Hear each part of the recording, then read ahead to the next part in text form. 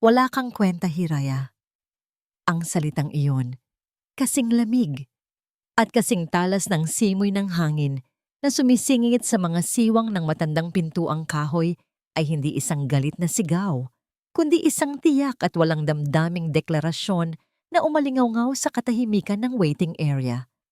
Ako ay nanigas sa kinatatayuan. Ang aking mga paa ay tila naging bato. Narinig ko ang hatol ni Baltazar, ang lalaking pinaglingkuran ko ng 10 taon ng aking kabataan, ang lalaking lihim kong minamahal. Wala siyang pakialam sa lahat ng isinakripisyo ko, sa lahat ng inialay ko. Sa kanyang mga mata, ako ay isa lamang bagay na walang halaga. Ang kamera ng aking isip ay dahan-dahang umatras. Pinahintulutan akong makita ang aking sarili. Nakasiksik ako sa likod ng isang malaking dekoratibong haligi. Ang kamay ko ay hawak pa rin ang mamahaling lotion na pinag-ipunan ko sa loob ng isang buwang. Hindi pagkain ng almusal para lamang sa kanya. Isang pag-asang maibabalik ang kanyang nawawalang pangamoy. Pinakinis ko ito gamit ang aking kupas na panyo.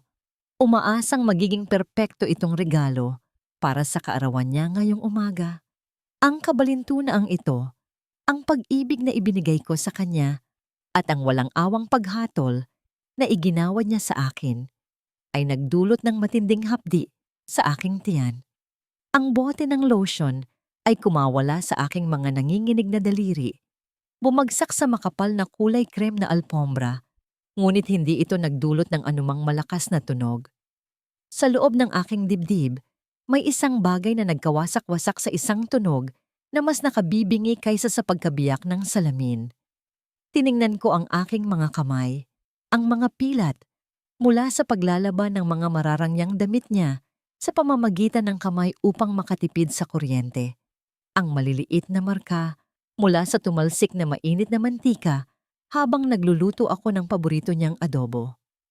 Sa huli, ang mga medalya pala ng aking pagtitiis at paglilingkod ay tanging mga palatandaan lamang ng pagiging hungkag at kasuklam-suklam. Ganito na lang ba? Pagkatapos ng 10 taon ng pag-ubos ng aking kabataan, ang halaga ko ba ay katumbas lamang ng isang murang bagay? O mas masahol pa, isang sirang liha? Nang ako ay naglakad palabas mula sa dilim, ang biglaang buhos ng malakas na ulan sa labas ay tila naisburahin ang kakilakilabot na katotohanan na ibinunyag. Mahigpit kong niyakap ang maliit na basket na naglalaman ng ilang murang gamot para kay Tala, ang aking anak na babae, na kasalukuyang nilalagnat ng mataas sa loob ng maliit at masikip na silid ng mga katulong. Hindi ako pumunta rito upang maghanap ng pag-ibig, kundi upang maghanap ng buhay. Nakatayo sa ilalim ng malamig na tubig, ang aking katawan ay tumugon sa sakit, hindi sa pamamagitan ng pag-iyak, kundi sa pamamagitan ng pangangamanhid na kumalat hanggang sa dulo ng aking mga daliri sa paa. Ang aking lalamunan ay nanikip. Walang anumang salita ang makawala. Hindi ako maaaring sumigaw, hindi ako maaaring magmakaawa. Dahil alam kong kung magsalita ako, sisirain ko ang kaunting natitirang dangal na hawak ko. Tanging ang pagtingala sa kulay abo na kalangitan ang nagawa ko. Ang mga luha ko ay humalo sa ulan. Sa dinami-dami ng bagyo na sinuong ko para sa kanya, bakit ako pa ang naiwan sa ulan? Pagkatapos ng lahat ng bagyo na aking pinagdaanan para sa kanya, bakit ako pa ang naiwang nakalubog sa ulan? Matapos ang unos ng umaga, bumalik ako sa loob ng mansyon. Ang damit ko'y baasa pa rin at ang aking puso ay sadyang nanlalamig. Binalikan ako ng alaala ng nakaraang araw. Ang bawat patak ng hamak na gamot para kay Tala ay tila isang luha ng pag-asa. Sa wakas, nakarating ako sa pamilyar na bulwagan kung saan nakatayo ang mga antigong kasangkapan. Naroon si Baltazar, nakatayo sa tabi ng aparador na kahoy. Ang kaniyang mga mata ay matalim na nakatutok sa akin, hindi ng galit, kundi ng isang uri ng malamig na pagtatasa, na tila sinusuri niya kung karapat-dapat pa ba akong huminga sa kaniyang tahanan. Saan ka galing, Hiraya? Ang kanyang tinig ay hindi tumaas. Bagkus ito ay mas mababa pa kaysa sa karaniwan. Isang tanong na may bigat, isang tanong na hindi humihingi ng paliwanag, kundi naghihintay ng pag-amin sa kasalanan. Alam kong hindi niya tinatanong ang tungkol sa kalye. Alam niyang may tinatago ako. Pinilit kong ibaba ang aking tingin. Ang aking mga balikat ay bahagyang yumuko sa ilalim ng bigat ng di masabing pananagutan. Papasensya na po, Ginoong Baltazar. Kailangan ko lang po sanang bumili ng dagdag na gamot para kay Tala. Medyo nag-aalala po ako sa kanyang lagnat. Ang boses ko ay bahagyang nanginginig at kinamuhian ko ang sarili ko dahil hindi ko ito mapigilan. Sa likuran ko, tila may isang anino na gumalaw. Si Doña Remedios, ang aking tinitingalang biyanan sa mata ng publiko, ay lumabas mula sa isang sulok na hindi ko napansin. Ang kanyang ngiti ay parang pilak na pinatalim. Alam mo bang sa gitna ng bagyo, pinagbawalan na kitang lumabas? Pero ginawa mo pa rin. Hindi ka ba natatakot sa mga banta ng kalikasan? O baka naman, may mas mahalaga kang pinupuntahan kaysa sa tungkulin mo rito? Ang kanyang salita ay mababaw, ngunit ang ibig sabihin ay malalim, puno ng pagpuna sa aking pagkatao. Ina, tama na, mahinang wika ni Baltazar. Ngunit ang pagpigil niya ay hindi para sa akin, kundi tila isang pormalidad lamang. Si Doña Remedios ay hindi natinag. Ang kaniyang mga mata ay dumako sa aking mga kamay, ang mga kamay na tanging pag-asa ko. Kung ganoon, Hiraya, mayroon akong ipapagawa sa iyo. Ang music box ng yumaong ginang mo ay hindi na gumagana ng maayos. Ang kaniyang paborito. Ayusin mo yan. Kailangan ko ng patunay na ang mga kamay mong yan ay may silbi pa at hindi lang pandakot ng pera. Ang musika, iyon ang pinakamahalaga. Ang kahon na yon ang tanging bagay na nagpapakita ng alaala ng yumaong asawa ni Baltazar na hindi gaanong sirang-sira. Ito ay isang pagsubok, isang bitag. Ang aking puso ay humigpit, ngunit wala akong magawa kundi tumango. Ang takot na mawala ang trabaho at ang pag-asang makakuha ng pondo para kay Tala ay mas matindi kaysa sa kahihiyan. Nang gabing iyon, habang abala ako sa aking munting sulok, pinag-aralan ko ang kahon. Ang mekanismo ay komplikado. Ang kahoy ay may maliliit na ukit. Matapos ang ilang oras ng masusing pagmamanipula ng aking mga kagamitan, nakita ko ang ugat ng problema. Ngunit bago ko pa man ito tuluyang ayusin, isang anino ang muling gumapang sa aking kamalayan. Ang alaala ng misteryosong kliyente. Bago ako umalis kanina, may iniabot siyang sobre at sa loob niyon ay isang litrato ng isang bahagi ng malaking portrait ng pamilya Villalobos na sinasabi niyang kailangang ibalik sa dating anyo. Ang sulat niya ay nagbabala. Huwag mong ipakita kahit kanino ang tunay na kulay nito. Isang lihim na trabaho, isang lihim na bayad, at isang lihim na banta. Nabalik lamang ang aking diwa nang marinig ko ang pagbukas ng isang pinto sa kabilang dulo ng pasilyo. Si Isagani, ang matagal ng tagapamahala ng bahay, ay naglalakad. May hawak siyang mga papeles.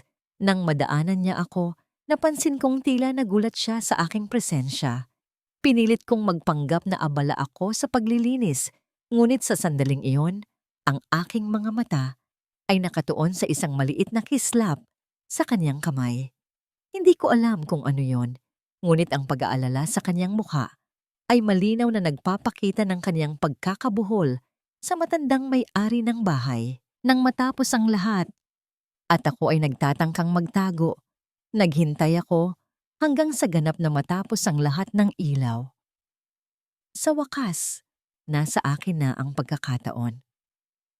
Inilabas ko ang aking lumang telepono at ipinadala ang isang maikling mensahe sa numero ng kliyente. Humihingi ng kaunting karagdagang oras. 1 minutong pagkatapos, isang bagong tugon ang dumating. Hindi sa telepono, kundi sa aking silid. Isang maliit na piraso ng papel ang nakasingit sa ilalim ng aking pinto. Ang papel na may nakasulat na paratang. Sa sandaling kukunin ko sana ito, isang matalim na boses ang narinig ko mula sa labas ng aking silid.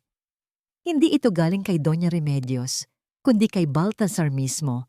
Ang kanyang tono ay walang emosyon, tulad ng isang hukom na nagbabasa ng hatol. Saan ka pupunta, Hiraya? Ang mga salitang yon ay tumagos sa aking pandinig, tila pumatak ng may mabigat na timbang sa aking katinuan. Nang marinig ko ang tanong ni Baltasar sa dilim, ang aking buong pagkatao ay nag-ipon ng lakas upang magkunwaring hindi ko narinig ang anumang bagay. Ang papel na naiwan sa ilalim ng aking pinto na kinuha ko matapos siyang umalis ay tila isang nakapangingilabot na sobre na puno ng apoy. Sa loob, nakasulat ang kumpirmasyon ng aking takot.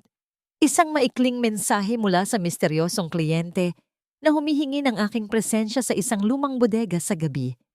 Kasabay ng isang malaking bayad. Kailangan ko ito. Kailangan ko ang perang iyon para sa susunod na batch ng gamot ni Tala. Kinaumagahan, habang naghahanda ako ng kape, inilapag ko ang sirang kahon ng musika sa ibabaw ng mesa sa kusina.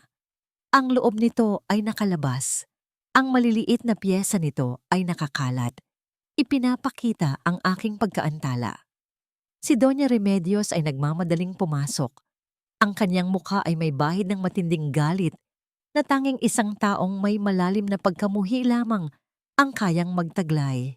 Ano ito, Hiraya? Isang kalat? Akala ko ba ay pinagkatiwalaan kita sa isang simpleng gawain? Tingnan mo. Ang mga kamay mong sinasabi mong bihasa ay parang mga kamay ng isang manok na nag-aamok. Ang kaniyang tinig ay nagdadala ng pait na nagpapahiwatig na ang aking kabiguan ay personal na insulto sa kaniya. Hindi niya ininda ang katotohanang sinadya niyang sirain ang gawa ko. Patawad po, Doña Remedios, sabi ko. Ang bawat salita ay parang batong kinakain ko. Nagkaroon lamang po ng kaunting aberya habang ginagawa ko ang huling pagpapalit ng piyesa. Ibabalik ko po agad ito sa dati nitong anyo. Ngunit bago pa man ako makapagpatuloy, inilabas niya ang kanyang kamay at sa kanyang palad ay naroon ang isa sa mga paborito kong kagamitan sa pag-ukit. Isang napakaliit at matalim na gintong chisel na minana ko pa sa aking lolo. Hindi na kailangan, anya, at sa isang iglap, inihagis niya ito sa isang basurahan na puno ng mga dumi ng pagkain. Mula ngayon, hindi ka nahahawak ng anumang bagay na may halaga. Ikaw ay isang katulong lamang. Babayaran ko ang pag-aayos ng kahon na ito sa iba. Ang iyong trabaho ay maghugas ng mga plato at maglinis. Huwag kang magtatangkang gumawa ng anumang sining dito. Ang aking mga mata ay nanatiling nakapako sa basurahan, kung saan nakalubog ang kagamitan na hindi ko na makukuha. Iyon ay hindi lamang isang kagamitan. Iyon ay bahagi ng aking pagkakakilanlan, ang aking tanging paraan upang kumita ng marangal. Pakiramdam ko ay pinutol niya ang aking mga daliri.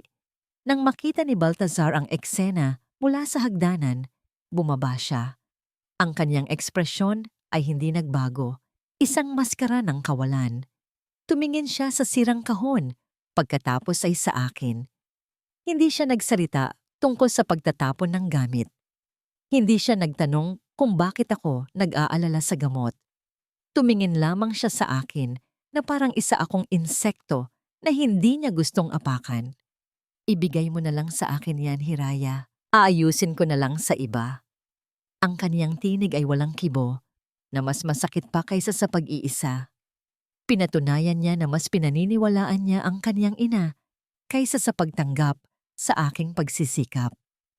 Naramdaman ko ang pag-init ng aking mga pisngi, hindi dahil sa galit, kundi dahil sa matinding hiya na parang nilalamon ako ng lupa.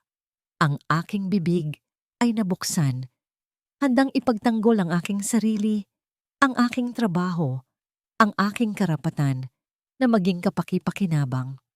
Ngunit nang makita ko ang anino ni Tala, na gumagalaw sa pintuan ng kaniyang silid. Ang kaniyang maliliit na paa ay naglalakad ng may pag-iingat. Napilitan akong isara ang aking bibig. Masusunod po, Ginoong Baltazar.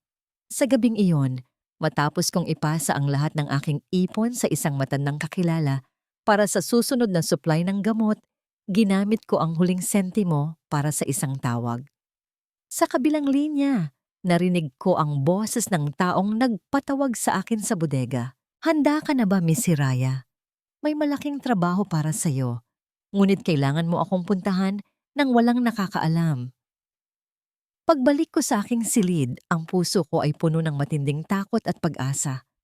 Ang aking mga mata ay nakapako sa basurahan kung saan nakalubog ang chisel. Ang aking isip ay nagtanong, "Patawad, Lolo. Hindi ko na naingatan ang inyong regalo." Ngunit paglabas ko sa pinto, nag-iisa na naman ako. Doon, sa tapat ng aking silid, nakita ko si Baltazar na nakatayo sa dilim ng pasilyo. Ang kaniyang figura ay tila isang estatwa. Tila pinagmamasdan niya ako. Hindi siya gumalaw, hindi siya nagsalita. Ngunit ang kaniyang presensya ay nagbigay ng kaba sa aking pag-alis. "Saan ka pupunta, Hiraya?"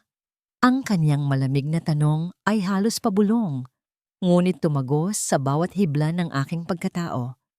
Ang tanong ni Baltazar ay nagbigay sa akin ng kakaibang kaba.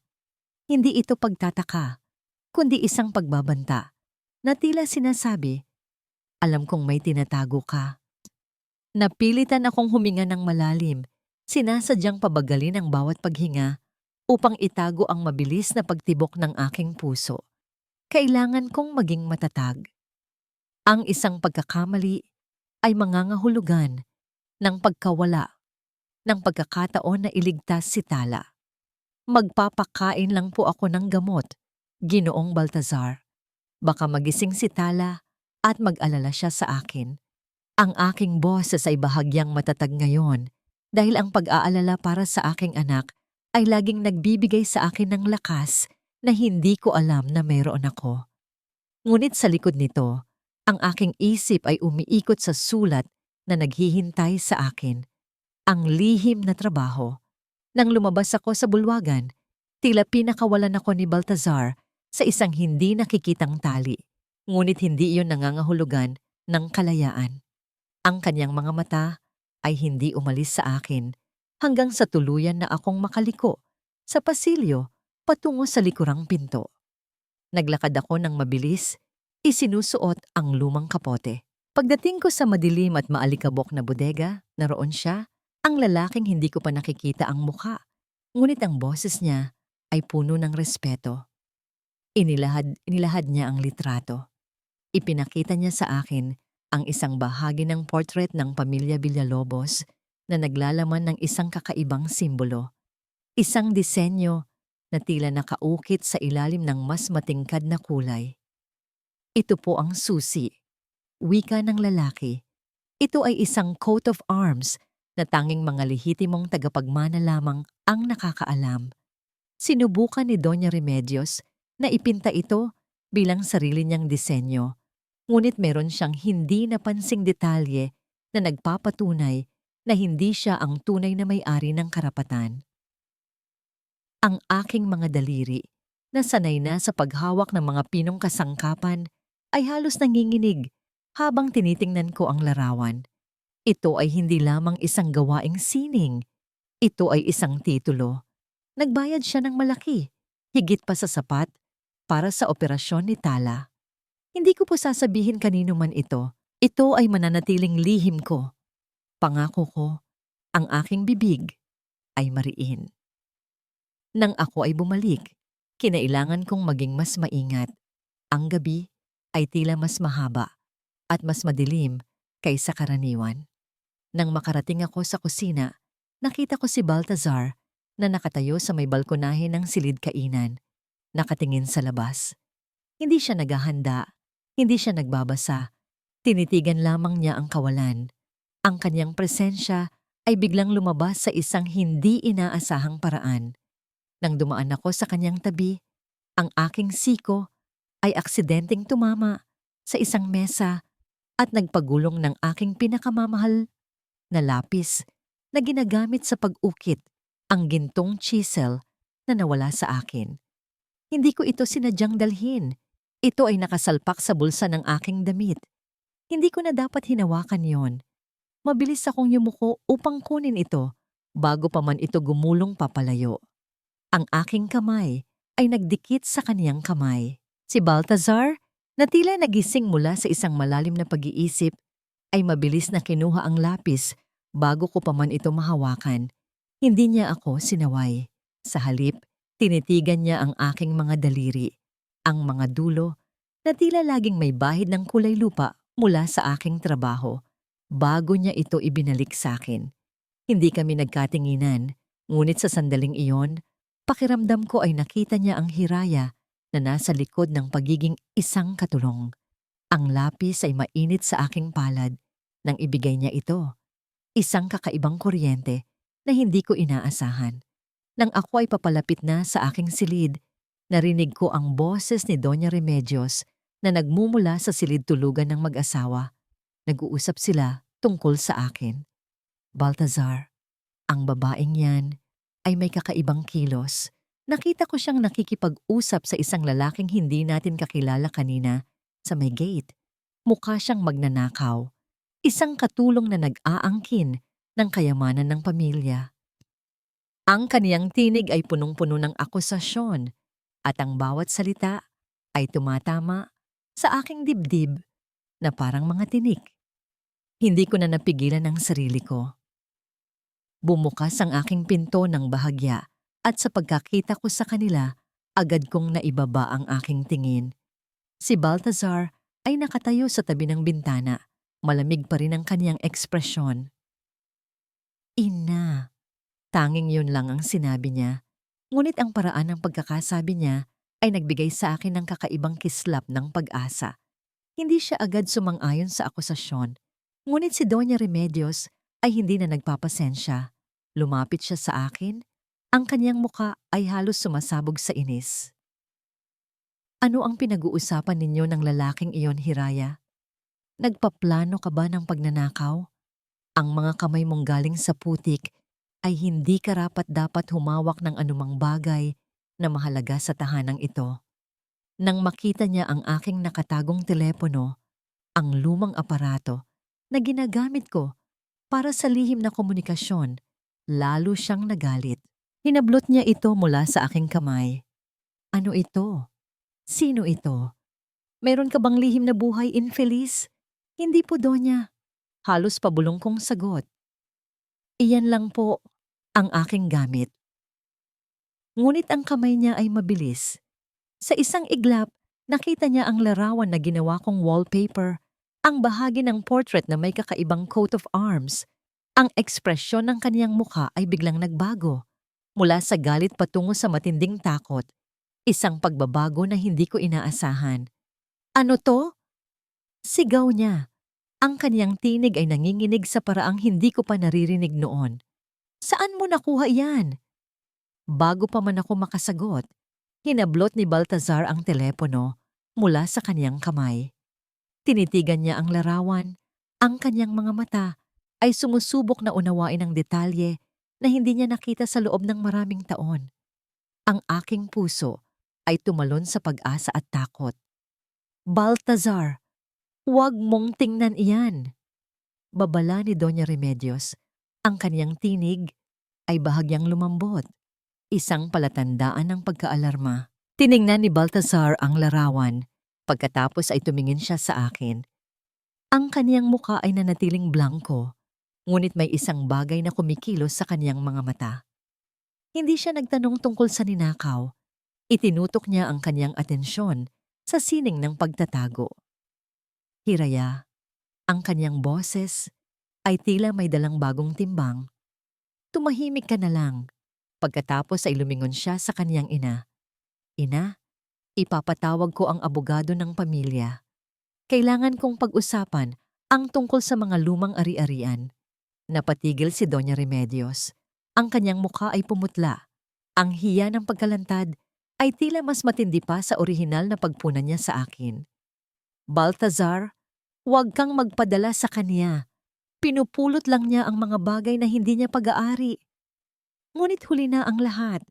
Ang binhi ng pagdududa ay naitanim na sa isip ni Baltazar. Tumingin siya sa akin sa huling pagkakataon. Ang kaniyang tingin ay hindi na kasing lamig ng dati, kundi may bahid ng isang malalim na pag-aalinlangan. Ang utos ni Baltazar na tawagan ng abogado ay nagdulot ng hindi mapigilang kaguluhan sa loob ng aking dibdib. Sa isang banda, may kaunting liwanag ng pag-asa. Marahil ay magkakaroon ng paglilinaw sa sitwasyon ni Tala. Ngunit sa kabilang banda, alam kong mas lalo akong napalapit sa mapanganib na kuko ng galit ni Doña Remedios. Kinabukasan, bago pa man sumikat ang araw, naroon na ako sa tabi ng kama ni Tala. Ang kanyang hininga ay mahina at ang kanyang pisngi ay nanatiling maputla. Kailangan ko ng pera at kailangan ko ito ngayon. Kahit na nagbigay ng malaking halaga ang misteryosong kliyente, hindi pa rin ito sapat para sa buong gastusin sa operasyon. Paglabas ko ng silid, nasalubong ko si Doña Remedios sa bukana ng pasilyo. Ang kaniyang mga mata ay nanlilisik. Hindi siya nag-aksaya ng panahon sa pagbati. Hiraya. Ang boses niya ay matigas na parang bato. Wala nang trabaho para sa iyo. Hindi ko hahayaang maging tagapagmana ka ng aming pangalan sa pamamagitan ng pagpapanggap na isang mahusay na artista. Pinatawag mo pa ang abogado namin. Nagpaplano ka bang agawin ang lahat? Hindi po, Donya. Tungkol lang po sa operasyon ni Tala. Pakiusap ko desperado. Tala? Ang batang yan na walang karapatan dito? Anya, huwag kang magkunwari. Alam kong nakita mo na ang lihim ng sulok na yon. At dahil dyan, wala ka ng pagkakataong magtrabaho dito. Huwag mo nang asahan, nagagastos pa si Baltazar para sa inyong dalawa. Kung hindi mo tatanggalin ang lahat ng kagamitan mo at aalis sa bahay na ito ngayong araw, sisiguraduhin kong ang bawat ospital sa Maynila ay tatangging tanggapin ang anak mo. Ang kanyang banta ay hindi lamang isang salita. Ito ay isang hatol ng kamatayan para kay Tala. Ang aking mga tuhod ay nanginginig. Ang aking paningin ay nagdilim.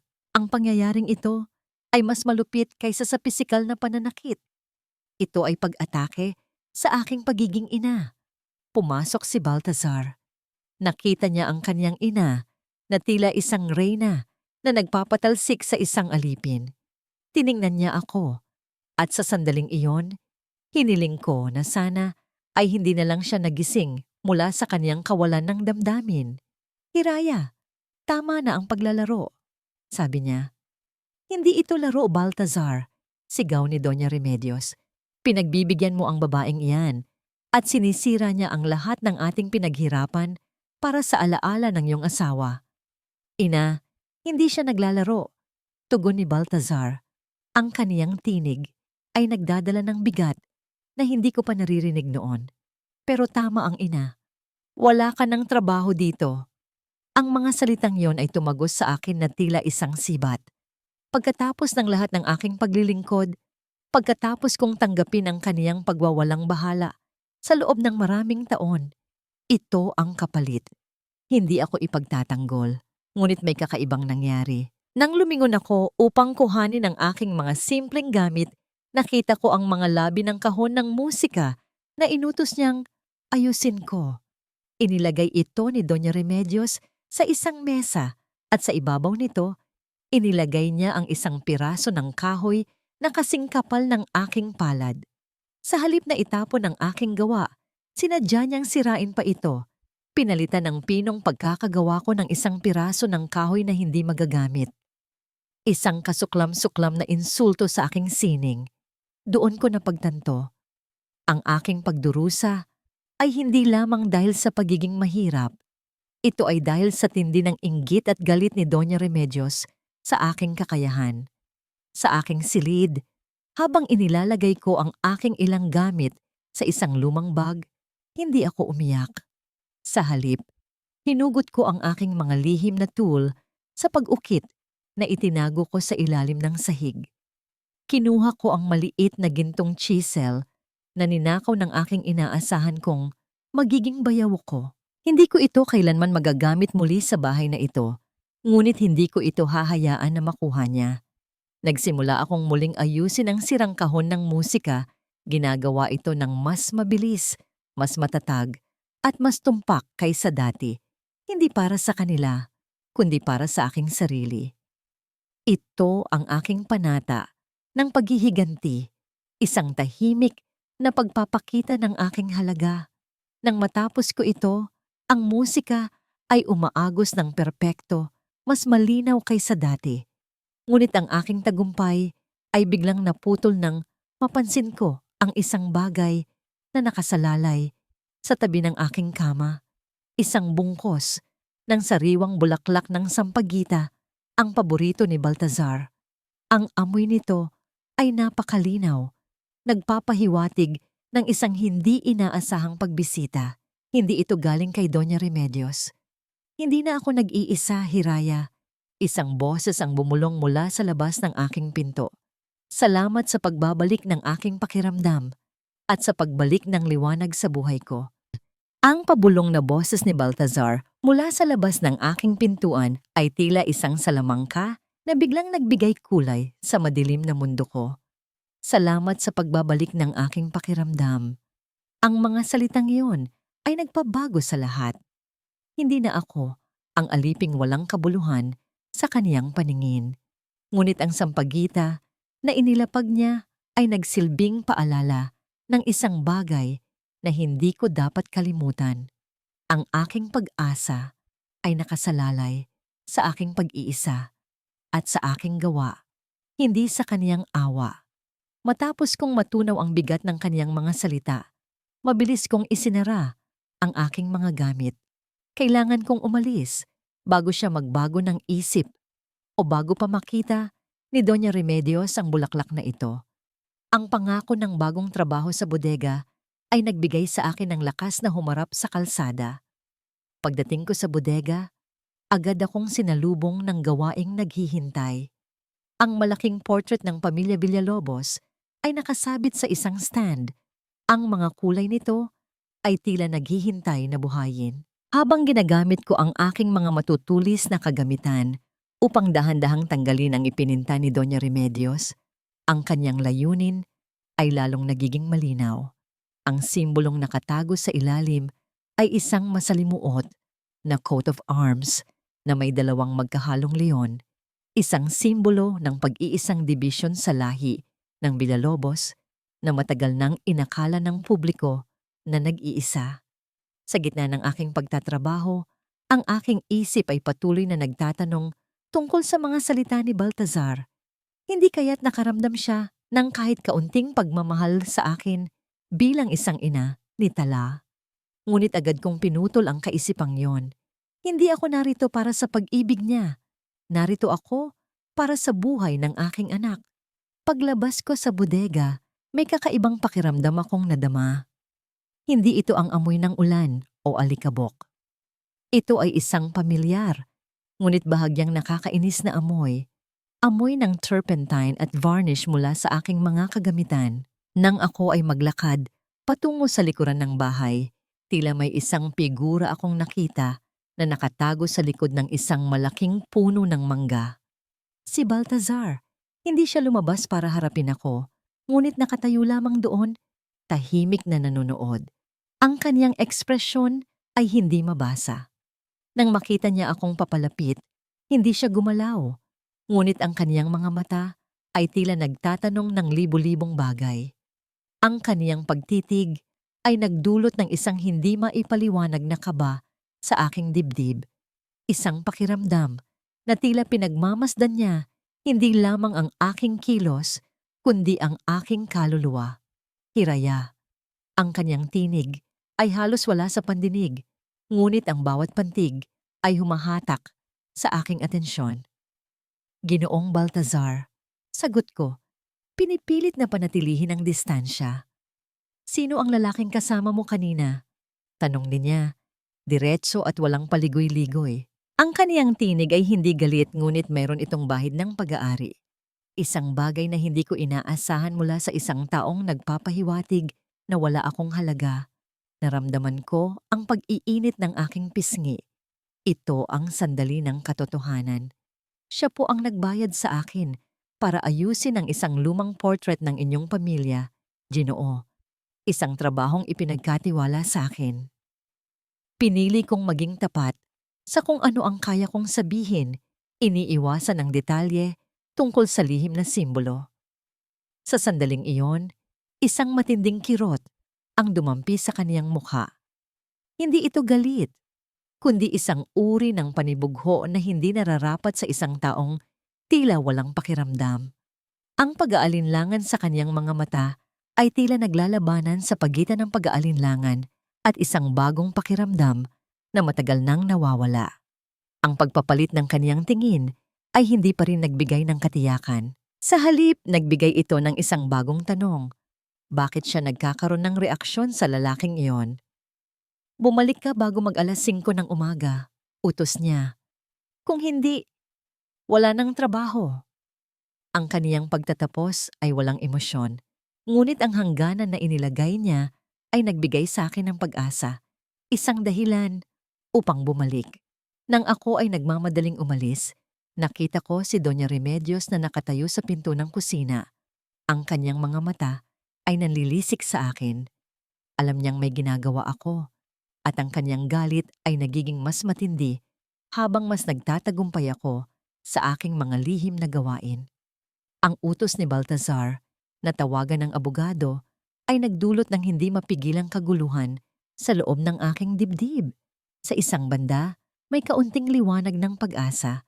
Marahil ay magkakaroon ng paglilinaw sa sitwasyon ni Tala. Ngunit sa kabilang banda, alam kong mas lalo akong napalapit sa mapanganib na kuko ng galit ni Doña Remedios. Kinabukasan, bago pa man sumikat ang araw, naroon na ako sa tabi ng kama ni Tala. Ang kanyang hininga ay mahina at ang kanyang pisngi ay nanatiling maputla. Kailangan ko ng pera at kailangan ko ito ngayon. Kahit na nagbigay ng malaking halaga ang misteryosong kliyente, hindi pa rin ito sapat para sa buong gastusin sa operasyon. Paglabas ko ng silid, nasalubong ko si Doña Remedios sa bukana ng pasilyo. Ang kanyang mga mata ay nanlilisik. Hindi siya nag-aksaya ng panahon sa pagbati. Hiraya, ang boses niya ay matigas na parang bato. Wala nang trabaho para sa'yo. Hindi ko hahayaan na maging tagapagmana ka ng aming pangalan sa pamamagitan ng pagpapanggap na isang mahusay na artista. Pinatawag mo pa ang abogado namin. Nagpaplano ka bang agawin ang lahat? Hindi po, Donya. Tungkol lang po sa operasyon ni Tala. Pakiusap ko desperado. Tala? Ang batang yan na walang karapatan dito? Anya. Huwag kang magkunwari. Alam kong nakita mo na ang lihim ng sulok na yon. At dahil diyan, wala ka ng pagkakataong magtrabaho dito. Huwag mong asahan, nagagastos pa si Baltazar para sa inyong dalawa. Kung hindi mo tatanggalin ang lahat ng kagamitan mo at aalis sa bahay na ito ngayong araw, sisiguraduhin kong ang bawat ospital sa Maynila ay tatangging tanggapin ang anak mo. Ang kaniyang banta ay hindi lamang isang salita. Ito ay isang hatol ng kamatayan para kay Tala. Ang aking mga tuhod ay nanginginig. Ang aking paningin ay nagdilim. Ang pangyayaring ito ay mas malupit kaysa sa pisikal na pananakit. Ito ay pag-atake sa aking pagiging ina. Pumasok si Baltazar. Nakita niya ang kaniyang ina na tila isang reyna na nagpapatalsik sa isang alipin. Tiningnan niya ako. At sa sandaling iyon, hiniling ko na sana ay hindi na lang siya nagising mula sa kaniyang kawalan ng damdamin. Hiraya, tama na ang paglalaro, sabi niya. Hindi ito laro, Baltazar, sigaw ni Doña Remedios. Pinagbibigyan mo ang babaeng yan at sinisira niya ang lahat ng ating pinaghirapan para sa alaala ng iyong asawa. Ina, hindi siya naglalaro. Tugon ni Baltazar. Ang kanyang tinig ay nagdadala ng bigat na hindi ko pa naririnig noon. Pero tama ang ina. Wala ka ng trabaho dito. Ang mga salitang iyon ay tumagos sa akin na tila isang sibat. Pagkatapos ng lahat ng aking paglilingkod, pagkatapos kong tanggapin ang kaniyang pagwawalang bahala sa loob ng maraming taon, ito ang kapalit. Hindi ako ipagtatanggol, ngunit may kakaibang nangyari. Nang lumingon ako upang kuhanin ang aking mga simpleng gamit, nakita ko ang mga labi ng kahon ng musika na inutos niyang ayusin ko. Inilagay ito ni Doña Remedios sa isang mesa at sa ibabaw nito, inilagay niya ang isang piraso ng kahoy na kasing kapal ng aking palad. Sa halip na itapon ang aking gawa, sinadya niyang sirain pa ito. Pinalitan ng pinong pagkakagawa ko ng isang piraso ng kahoy na hindi magagamit. Isang kasuklam-suklam na insulto sa aking sining. Doon ko napagtanto. Ang aking pagdurusa ay hindi lamang dahil sa pagiging mahirap. Ito ay dahil sa tindi ng inggit at galit ni Doña Remedios sa aking kakayahan. Sa aking silid, habang inilalagay ko ang aking mga gamit sa isang lumang bag, hindi ako umiyak. Sa halip, hinugot ko ang aking mga lihim na tool sa pag-ukit na itinago ko sa ilalim ng sahig. Kinuha ko ang maliit na gintong chisel na minana ko pa sa aking lolo. Hindi ko ito kailanman magagamit muli sa bahay na ito, ngunit hindi ko ito hahayaan na makuhan niya. Nagsimula akong muling ayusin ang sirang kahon ng musika. Ginagawa ito ng mas mabilis, mas matatag, at mas tumpak kaysa dati. Hindi para sa kanila, kundi para sa aking sarili.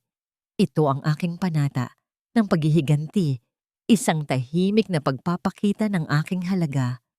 Nang matapos ko ito, ang musika ay umaagos ng perpekto, mas malinaw kaysa dati. Ngunit ang aking tagumpay ay biglang naputol nang mapansin ko ang isang bagay na nakasalalay sa tabi ng aking kama. Isang bungkos ng sariwang bulaklak ng sampagita, ang paborito ni Baltazar. Ang amoy nito ay napakalinaw, nagpapahiwatig ng isang hindi inaasahang pagbisita.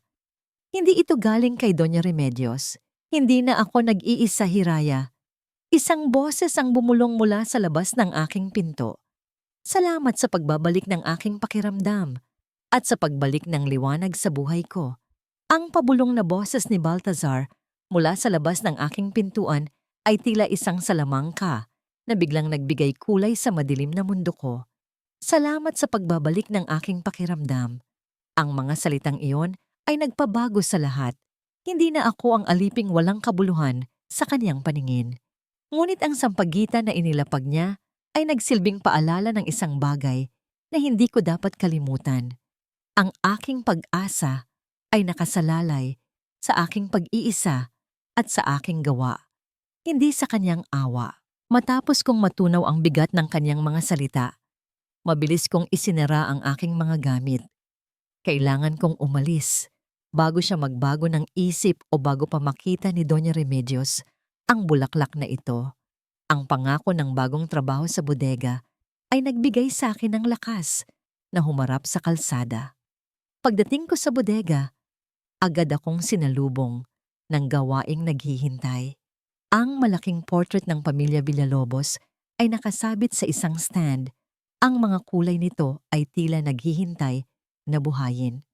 Habang ginagamit ko ang aking mga matutulis na kagamitan upang dahan-dahang tanggalin ang ipininta ni Doña Remedios, ang kaniyang layunin ay lalong nagiging malinaw. Ang simbolong nakatago sa ilalim ay isang masalimuot na coat of arms na may dalawang magkahalong leon, isang simbolo ng pag-iisang dibisyon sa lahi ng Villalobos na matagal nang inakala ng publiko na nag-iisa. Sa gitna ng aking pagtatrabaho, ang aking isip ay patuloy na nagtatanong tungkol sa mga salita ni Baltazar. Hindi kaya't nakaramdam siya ng kahit kaunting pagmamahal sa akin bilang isang ina ni Tala. Ngunit agad kong pinutol ang kaisipang iyon. Hindi ako narito para sa pag-ibig niya. Narito ako para sa buhay ng aking anak. Paglabas ko sa bodega, may kakaibang pakiramdam akong nadama. Hindi ito ang amoy ng ulan o alikabok. Ito ay isang pamilyar, ngunit bahagyang nakakainis na amoy. Amoy ng turpentine at varnish mula sa aking mga kagamitan. Nang ako ay maglakad, patungo sa likuran ng bahay, tila may isang figura akong nakita na nakatago sa likod ng isang malaking puno ng mangga. Si Baltazar. Hindi siya lumabas para harapin ako, ngunit nakatayo lamang doon, tahimik na nanonood. Ang kanyang ekspresyon ay hindi mabasa. Nang makita niya akong papalapit, hindi siya gumalaw, ngunit ang kanyang mga mata ay tila nagtatanong ng libu-libong bagay. Ang kaniyang pagtitig ay nagdulot ng isang hindi maipaliwanag na kaba sa aking dibdib. Isang pakiramdam na tila pinagmamasdan niya hindi lamang ang aking kilos, kundi ang aking kaluluwa. Hiraya, ang kaniyang tinig ay halos wala sa pandinig, ngunit ang bawat pantig ay humahatak sa aking atensyon. Ginoong Baltazar, sagot ko. Pinipilit na panatilihin ang distansya. Sino ang lalaking kasama mo kanina? Tanong niya, diretso at walang paligoy-ligoy. Ang kanyang tinig ay hindi galit, ngunit meron itong bahid ng pag-aari. Isang bagay na hindi ko inaasahan mula sa isang taong nagpapahiwatig na wala akong halaga. Naramdaman ko ang pag-iinit ng aking pisngi. Ito ang sandali ng katotohanan. Siya po ang nagbayad sa akin para ayusin ang isang lumang portrait ng inyong pamilya, Ginoo. Isang trabahong ipinagkatiwala sa akin. Pinili kong maging tapat sa kung ano ang kaya kong sabihin, iniiwasan ang detalye tungkol sa lihim na simbolo. Sa sandaling iyon, isang matinding kirot ang dumampi sa kanyang muka. Hindi ito galit, kundi isang uri ng panibugho na hindi nararapat sa isang taong tila walang pakiramdam. Ang pag-aalinlangan sa kanyang mga mata ay tila naglalabanan sa pagitan ng pag-aalinlangan at isang bagong pakiramdam na matagal nang nawawala. Ang pagpapalit ng kanyang tingin ay hindi pa rin nagbigay ng katiyakan. Sa halip, nagbigay ito ng isang bagong tanong. Bakit siya nagkakaroon ng reaksyon sa lalaking iyon? Bumalik ka bago mag-alas 5 ng umaga. Utos niya. Kung hindi, wala ng trabaho. Ang kanyang pagtatapos ay walang emosyon, ngunit ang hangganan na inilagay niya ay nagbigay sa akin ng pag-asa. Isang dahilan upang bumalik. Nang ako ay nagmamadaling umalis, nakita ko si Doña Remedios na nakatayo sa pinto ng kusina. Ang kaniyang mga mata ay nanlilisik sa akin. Alam niyang may ginagawa ako at ang kaniyang galit ay nagiging mas matindi habang mas nagtatagumpay ako sa aking mga lihim na gawain. Ang mga mata ni Doña Remedios na puno ng paghihinala ay tila naghahanap ng anumang pagkakamali sa aking kilos. Alam kong bawat segundo ay mahalaga. Kailangan kong makabalik bago mag-alas 5, hindi lamang para sa aking trabaho, kundi dahil alam kong ang aking pagkaantala ay maaaring gamitin ni Baltazar upang tuluyan akong paalisin. Nang ako ay nakabalik sa silid, inihanda ko ang lahat para kay Tala. Ngunit nang gusto ko nang umalis para sa kaniyang pag-inom ng gamot, napagtanto kong ang pinto ay hindi bumubukas. Sinubukan kong pihitin ang doorknob. Ito ay nakakandado mula sa labas. Ang aking paghinga ay naging mababaw at mabilis. Nakulong ako. Isagani, sigaw ko, ngunit ang aking tinig ay tila hindi makalabas sa makapal na kahoy ng pinto. Ang aking puso ay nagsimulang gumawa ng malakas na ritmo sa aking dibdib. Hindi dahil sa takot sa kadiliman, kundi dahil sa takot na hindi ko maaalagaan si Tala. Ilang minuto ang lumipas at ang tanging naririnig ko ay ang mahinang pag-ubo ni Tala mula sa kabilang bahagi ng silid. Ang pag-aalala ko para sa kanya ay nagdulot ng isang kakaibang lakas. Hindi ko hahayaan na ang kawalang katarungan na ito ang maging dahilan ng kaniyang pagkamatay. Dahan-dahan kong inilabas ang aking mga kagamitan, ang aking gintong chisel, ang ninakaw kong regalo mula sa basurahan, ay muli kong hinawakan. Ang aking mga daliri na ngayon ay walang inaalalang presensya ng kahit anong tao ay gumalaw ng may kasanayan at katiyakan na matagal nang hindi ko naranasan. Gamit ang aking mga kagamitan sa pag-ukit, masusi kong ininspeksyon ang latch ng kandado. Hindi ko ito kailangang sirain, kailangan ko lang itong manipulahin. Nang ako ay nakikipagbuno sa mekanismo, naramdaman ko ang biglang paghina ng tensyon sa pinto. Hindi dahil sa aking paggawa, kundi dahil sa isang tao sa labas ang nagbukas nito. Nang bumukas ang pinto, si Baltazar ang nakatayo roon. Ang kaniyang ekspresyon ay isang halo ng pagkabigla at isang bagay na tila paghanga. Tinitigan niya ako na nakaluhod sa harap ng pintuan, hawak ang aking mga kagamitan sa pag-ukit. "Ano ang ginagawa mo?" tanong niya. Ang kaniyang tinig ay tila nagtataka. Hindi siya nagalit na nagtangkang lumabas, kundi sa kung paano ko sinubukan itong gawin. "Ginoo, hindi po ako makalabas. Nakakandado po ako." Sagot ko, hindi umaalis sa pagtingin sa kanya. Hindi siya sumagot. Sa halip, humakbang siya papasok at tiningnan ang aking mga kamay, ang paraan ng paghawak ko sa mga metal na instrumento. "Kaya mo palang gawin iyan," wika niya. Para kang isang magnanakaw na nagtatago ng kaniyang gawa. Ang kaniyang pag-uugnay sa aking mga aksyon sa pagnanakaw ay sumakit muli. Ngunit sa pagkakataong ito, may kakaiba sa kanyang boses. Hindi ito paghatol, kundi isang pagkilala sa kakayahan. "Kailangan ko lang po ng kalayaan upang makahanap ng paraan para kay Tala, Ginoo," mahinahon kong sagot. Nang tumingin siya sa akin, ang kanyang mga mata ay tila mas malalim kaysa dati. Sa isang sandali ng tahimik na pagkakaisa, tila nagbigay siya ng pahintulot. Hindi siya nagtanong pa. Siya ay humakbang lamang patagilid, nagpapahiwatig na maaari na akong lumabas. Nang ako ay dumaan sa tabi niya, ang aming mga balikat ay halos magkadikit. Ang init na nagmumula sa kanya ay bahagyang tumama sa aking balat. Isang mainit na kuryente na hindi ko inaasahan mula sa kanya. Tila nakikita niya ang aking pagpupumilit. Nang makarating ako sa silid ni Tala, huminga ako ng malalim at kinuha ang gamot. Ngunit nang lumingon ako upang tingnan muli ang pasukan, nakita ko si Baltazar na nakatayo sa labas ng silid ni Tala. Hindi siya lumalapit, ngunit pinagmamasdan niya ang aking anak na natutulog. Bigla siyang lumapit sa akin at ang kanyang boses ay naging napakalapit. "Sa oras na magising siya, ipaalam mo sa akin. Kailangan kong makita ang abogado ngayon." Ang kanyang huling utos, ang kailangan niyang malaman kapag nagising si Tala, ay nagpahiwatig ng isang bagay na higit pa sa simpleng obligasyon sa isang empleyado. Hindi ito nagbigay sa akin ng ginhawa, ngunit nagbigay ito ng isang hindi inaasahang pagkakataon. Bawat galaw ko ay kailangang maging tumpak. Matapos kong matiyak na mahimbing ang tulog ni Tala at huminga ng malalim ang kanyang maliit na dibdib, pumasok ako sa sala. Si Baltazar ay naroon na, naghihintay, ngunit hindi siya nag-iisa.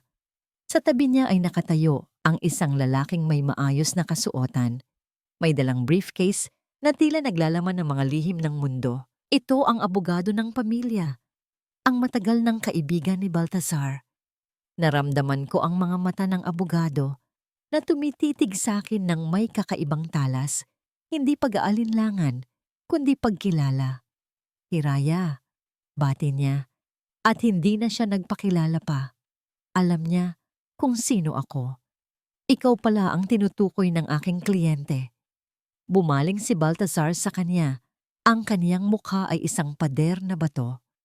"Attorney Reyes." Ipinaliwanag ko na ang sitwasyon, ang tungkol sa portrait na yon, ang natuklasan ni Hiraya. Nagsimulang magsalita si Attorney Reyes at ang kaniyang tinig ay malumanay, ngunit puno ng awtoridad. "Ang simbolo na nakita mo, Hiraya, ay nagpapatunay na ang unang asawa ng iyong lolo ay hindi ang kaniyang lehitimong asawa. Ang tunay na linya ng pagmamana ay may dalawang sangay, at ang katibayan para rito ay nakatago sa likod ng mga pinturang ginawa ni Doña Remedios." Ang mga salitang ito ay parang isang malaking yelo na bumagsak sa aking ulo. Ang paghihiganti ko kay Doña Remedios na nagsimula sa isang simpleng pagtatanggol sa aking dignidad ay naging isang kasangkapan sa isang labanan ng mga titulo at mana. Bago pa man kami makapagpatuloy, Ang pinto ng opisina ay bumukas ng malakas at doon nakatayo si Doña Remedios. Ang kanyang buhok ay magulo, ang kanyang muka ay nanginginig. Tila alam na niya ang lahat. Baltazar, huwag kang maniwala sa kanya. Ginagamit ka lang niya. Tingnan mo, sigaw niya at sa pagmamadali niya, inihagis niya ang isang lumang, halos hindi na mabasa, na papel sa mesa. Ito ang katunayan. Ang babaeng yan ay may kasabwat. Siya ay nagpaplano na agawin ang lahat sa iyo. Ang papel na yon ay tila isang lumang resibo, ngunit nang basahin ito ni Baltazar, ang kaniyang paghinga ay naputol. Ito ay isang medical release form mula sa ospital. 1 taon bago ang aksidente na pumatay sa kaniyang asawa at anak. Nakalagay doon ang detalye ng isang experimental treatment na inirekomenda para sa kaniyang yumaong asawa. Isang paggamot na matagal nang ipinagbawal dahil sa panganib. Ina, ang tinig ni Baltazar ay naging isang bulong na puno ng sakit at pagtataka. Bakit mo ito itinago sa akin? Bakit hindi mo sinabi na sinubukan mong iligtas siya sa paraang ito? Dahil ito ay bawal, dahil sinubukan kong iligtas ang pamilya. Sigaw ni Doña Remedios. Sa kanyang pagtatanggol, isang katotohanan ang pumatak mula sa kanyang mga labi, isang katotohanan na hindi niya sinasadya. Alam mo bang hindi iyon aksidente? Ako ang nag-ayos ng lahat para hindi ka na maabala pa sa mga responsibilidad mo bilang tagapagmana. Ang katahimikan na bumalot sa silid ay mas matindi kaysa sa anumang sigaw. Nang marinig yon ni Attorney Reyes, agad siyang kumilos at kinuha ang kanyang recorder. Ginoong Baltazar, ang lahat ng sinabi mo, narinig ko. Wika ng abogado. Ang kanyang tinig ay kalmado, ngunit ang atensyon ni Baltazar ay wala na sa kanyang ina. Ang kanyang mga mata ay naghahanap ng isang taong pinagkakatiwalaan niya sa gitna ng lahat ng kasinungalingan. Ang kanyang mga mata ay dumapo sa akin, ang babaeng pinakamaliit na pinaniniwalaan niya. Sa sandaling iyon, isang unit ng mga nurse ang biglang pumasok sa silid. Ang kanilang muka ay seryoso. Ang isa ay may hawak na dokumento. Ginoong Villalobos, may komplikasyon sa operasyon ng inyong anak. Si Tala, kailangan ng emergency blood transfusion.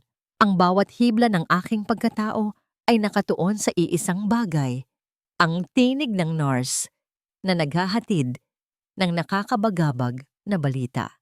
Emergency blood transfusion.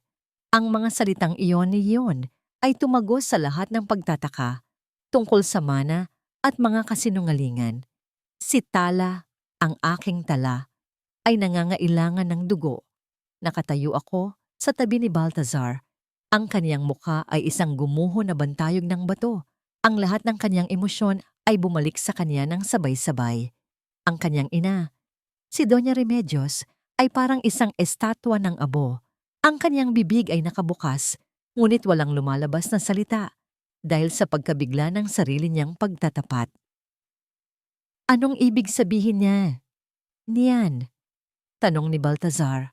Ang kaniyang tinig ay hindi na malamig, kundi isang ugong na puno ng sakit na hindi niya naramdaman sa loob ng 5 taon.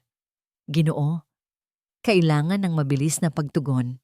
Ang kanyang kondisyon ay nagbago ng biglaan. Kailangan namin ng type O negative o isang taong may mataas na compatibility. Paliwanag ng nurse. Agad na humarap si Baltazar sa nurse. Ako, kunin ninyo ang dugo ko. Agad-agad. Ngunit bago pa man sila makagalaw, humakbang ako pasulong-o. Hindi po, Ginoo. Ako po ang magbibigay. Ako po ang O negative. Napatigil si Baltazar. Tumingin siya sa akin na may halo ng pagtataka at pag-aalinlangan. Hindi maari. Wala kang compatibility sa kanya. Iba ang grupo ng dugo mo. May ginawa akong pagsusuri, Ginoo, nung una siyang na-admit. Paliwanag ko, ang aking mga salita ay umaagos ng mabilis, ngunit may katiyakan. Baka hindi ninyo alam, Ngunit meron akong hindi pangkaraniwang grupo ng dugo na halos tugma sa kanya. Nag-sign ako bilang emergency donor, ngunit ang nurse ay umiling. Sir, kailangan namin ng mabilis na cross-matching para makasiguro. Ang oras ay kritikal. Sa isang iglap, ang lahat ng pagdududa sa isip ni Baltazar ay nawala. Pinalitan ng isang matinding pangangailangan. Tumingin siya sa akin at sa unang pagkakataon, hindi niya ako tiningnan bilang isang katulong o bilang anino ng kaniyang asawa. Tiningnan niya ako bilang ang ina ni Tala. Hiraya, gawin mo. Utos niya at sa unang pagkakataon, ang utos na yon ay may kasamang pagmamakaawa. Nang magsimulang ihanda ang mga gamit para sa pagkuha ng dugo, ang lahat ay tila bumagal. Nagtungo ako sa isang pribadong silid. Nang iturok ng nurse ang karayom sa aking braso, naramdaman ko ang sakit. Ngunit hindi iyon ang nangingibabaw. Ang nangingibabaw ay ang kaba, ang takot, na baka hindi pala sapat ang dugo ko. Sa labas ng silid, narinig ko ang pag-iyak ni Doña Remedios. Baltazar, huwag mong hayaan. Kung sakaling may mangyari sa'yo, ang lahat ng ito ay mapupunta sa kanya.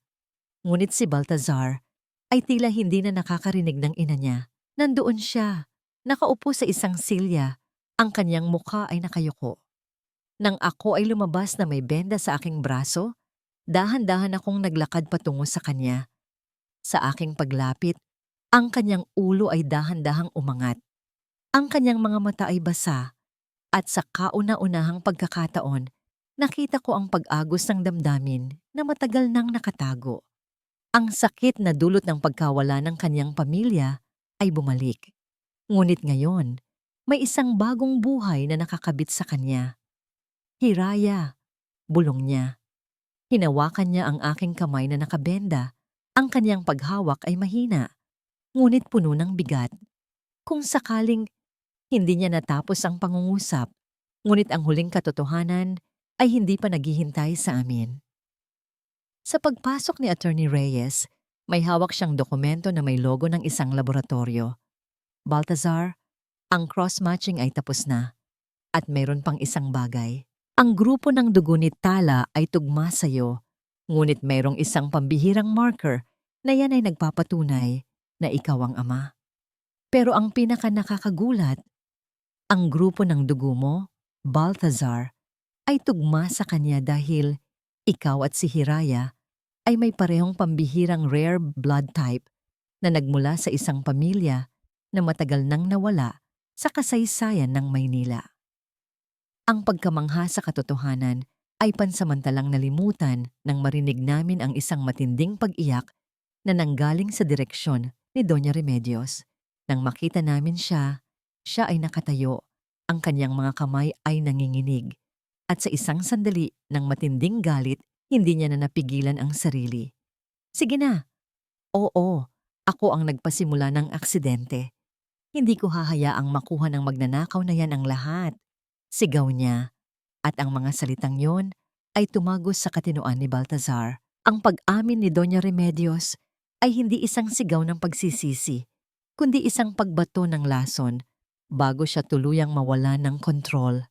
Ang kanyang mga mata ay hindi nagpakita ng anumang pagpapatawad, tanging ang malalim na pagkapuot sa katotohanang siya ang magiging dahilan ng kanyang sariling pagbagsak. Nang bigkasin niya ang mga salitang iyon, ang pag-amin na siya ang nag-ayos ng aksidente, isang malamig na galit ang bumalot kay Baltazar. Hindi na siya nagpakita ng anumang emosyon na mas nakakatakot kaysa sa kanyang dating kawalan ng pakiramdam. Ang kanyang boses ay naging matigas, parang bakal na hindi na mababago. Attorney Reyes, wika niya, halos walang pagbabago sa kanyang tono. Narinig mo yon. Itala mo ang lahat ng kanyang sinabi tungkol sa portrait at sa aksidente. Ihanda mo ang lahat ng ebidensya tungkol sa Peking Coat of Arms at tawagan mo ang mga autoridad. Hindi ko na kailangan ng ina na sisira sa buhay ng anak ko. Si Doña Remedios ay lalong nagwala. Ang kanyang mukha ay naging pula sa pagkahiya at poot. Tiningnan niya ako. Ang kanyang mata ay puno ng sumpa. Ngunit sa pagkakataong ito, wala siyang kapangyarihan. Ang kanyang hiya ay hindi na makapipigil sa batas. Hindi, hindi mo ako iiwan. Ako ang nagpalaki sa'yo. Hindi ka nagpalaki sa akin, Ina. Sagot ni Baltazar na nagpapatunay na nagising na siya sa matagal ng pagpapanggap. Pinalaki mo ang sarili mo sa yaman ko at sinubukan mong patayin ang lahat ng bagay na nagbibigay sa akin ng dahilan upang mabuhay ng paulit-ulit. Nang dumating ang mga pulis, si Doña Remedios ay hindi na lumaban. Tila sumuko na ang kanyang kaluluwa sa kahihiyan. Nang igapos siya, bago siya inilabas, tumingin siya sa akin sa huling pagkakataon. Wala siyang sinabi, ngunit ang kanyang tingin ay nangangahulugan ng magsasaya ka ngayon, ngunit babalik ang sumpa. Matapos ang lahat, kami ay naiwan sa silid. Ako at si Baltazar, kasama si Attorney Reyes. Ang operasyon ni Tala. Pagputol ni Baltazar sa katahimikan. Paano? Matagumpay ang transfusion, Baltazar. Ang kaniyang puso ay tumutugon ng maayos, sagot ng nurse na pumasok sandali. Isang malaking bigat ang gumaan sa aking dibdib. Si Tala ay ligtas. Pagkalipas ng ilang araw, naganap ang pagdinig, ang ebidensya mula sa portrait at ang naitalang pag-amin ni Doña Remedios ay sapat upang siya ay maparusahan, hindi lamang sa kaniyang pagtatangka sa buhay ni Tala, kundi pati na rin sa kaniyang panlilinlang sa pagmamana ng pamilya. Ang kaniyang pagbagsak ay ganap, isang perpektong karma para sa mga manunood. Ngunit ang pinakamahalagang sandali ay hindi ang pagpaparusa sa kanya, kundi ang pag-uusap namin ni Baltazar sa isang pribadong hardin, kung saan ang amoy ng sampagita ay nanaig sa lahat ng amoy ng ospital. Hindi kita hihilingan na pakasalan mo ako, Hiraya, sabi ni Baltazar. Hawak ang aking kamay, ngunit hindi nangangailangan ng higit pa sa paghawak na yon. Hindi ko kailanman mababayaran ang lahat ng iyong ginawa para kay Tala. At ang iyong talento, hindi ko na ito hahayaang mawala sa akin o sa mundong ito. Nag-ayos siya ng isang espesyal na pondo, hindi bilang regalo, kundi bilang investment. Ang Hiraya Atelier, sabi niya. Gusto kong ikaw ang mamuno. Ikaw ang magiging direktor ng sining at ang tagapagpangalaga ng mga alaala ng pamilyang ito. Hindi bilang asawa ko, kundi bilang ang pinakamahusay na artista na nakilala ko. Ang aking mga mata ay nanumbalik sa kanya. Hindi niya ako inalok ng kasal, kundi ng dangal at tagumpay. Ito ang hiniling ko. Ito ang tunay na kalayaan. Ang luha na tumulo sa aking pisngi ngayon ay hindi na dahil sa sakit, kundi dahil sa matinding kasiyahan. Ang aking tagumpay ay hindi nakasalalay sa pagtanggap ng isang lalaki, kundi sa pagkilala sa sarili kong halaga. Salamat, Baltazar, sabi ko. Ang aking boses ay matatag at malinaw. Isang taon ang lumipas mula nang muling mabuhay ang mga araw sa bahay ng mga Villalobos. Ngunit sa pagkakataong ito, ang buhay ko ay hindi na umiikot sa mga anino ng ibang tao. Ang Hiraya Atelier ay hindi lamang isang opisina. Ito ay aking kaharian, isang lugar kung saan ang mga dating sirang bagay ay muling nagkakaroon ng kabuluhan. Katulad ng aking sariling buhay, ang mga pader nito ay nagpapakita ng mga obra na aking ginawa. Bawat isa ay patunay ng aking tibay. Nakaupo ako sa aking mesa, pinapahira ng pinonglangis ang isang lumang piyesa ng salamin. Si Tala, na ngayon ay tumatakbo na, nang maliksi ay naglalaro sa isang bahagi ng atelier kasama ang mga batang anak ng aking mga empleyado. Ang kaniyang tawa ay malinaw at walang bahid ng sakit. Iyon ang aking pinakamalaking tagumpay.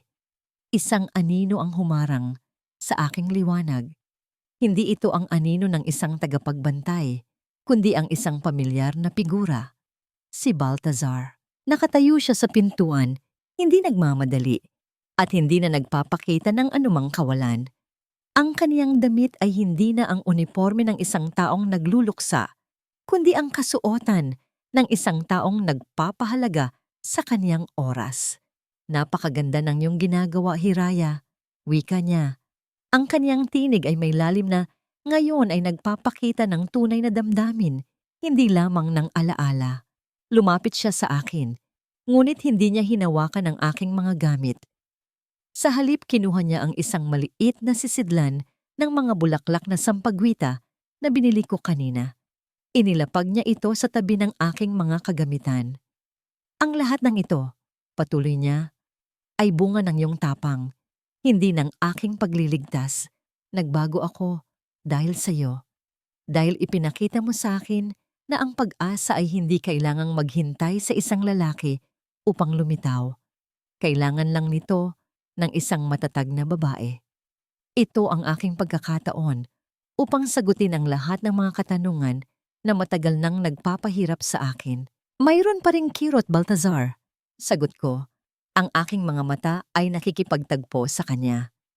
Ngunit natutunan kong yakapin ito.